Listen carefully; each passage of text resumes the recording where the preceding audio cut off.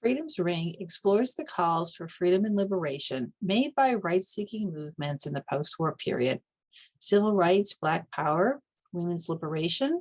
and the overturn of confining traditions culture-wide. Everything from urban uprising to hallucinogenic drug taking, to looting, vandalism, and graffiti, to the landmark garbage and teacher strikes of Freedom-era New York.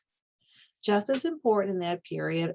was the ideal of equality, and many of the era's most moving orators called for both freedom now and equality for all, as if two sides of the same coin of democracy in the US. But as historians and constitutional authorities have observed, freedom and equality are in fact cross-canceling aims that have never enjoyed equal investment by US society. Just as the Constitution is a long list of rights and freedoms, countered somewhat meagerly and often controversially by the three equality amendments of the Reconstruction era, so US society has always been more willing to grant right seekers their freedom while forever kicking the can of equitable access to good paying jobs, quality education, and affordable housing down the road. Voting, desegregating buses and trains, granting women maximum sexual freedom courtesy of the pill.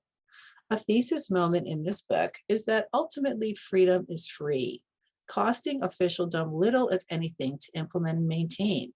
while equality will forever be the much more expensive nut to crack. With respect to the vandalism, graffiti, and overturned trash cans that characterize cities of the period, I observed that working class whites and poor urban minorities ran roughshod over urban infrastructure in the Liberation era in a trade-off society made freely, because cleaning up the problem or ignoring it entirely costed so much less than the education, living wages, and advancement opportunities that the urban disaffected consistently went without instead. In the book, I explore the intensively lopsided battle between freedom and equality in the post-war era, which replicates the broader and equally lopsided context between politics and economics then and in the present day. Every time, for instance, that a police officer shoots an unarmed Black citizen,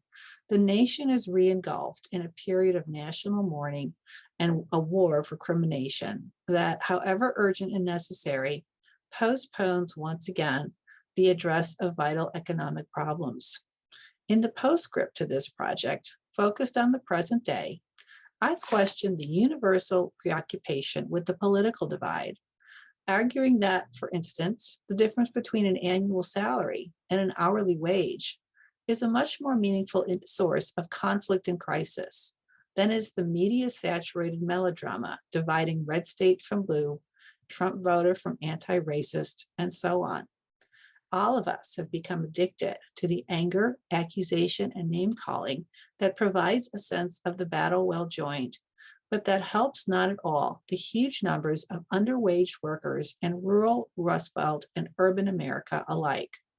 Regardless of region, racial identity, or political persuasion,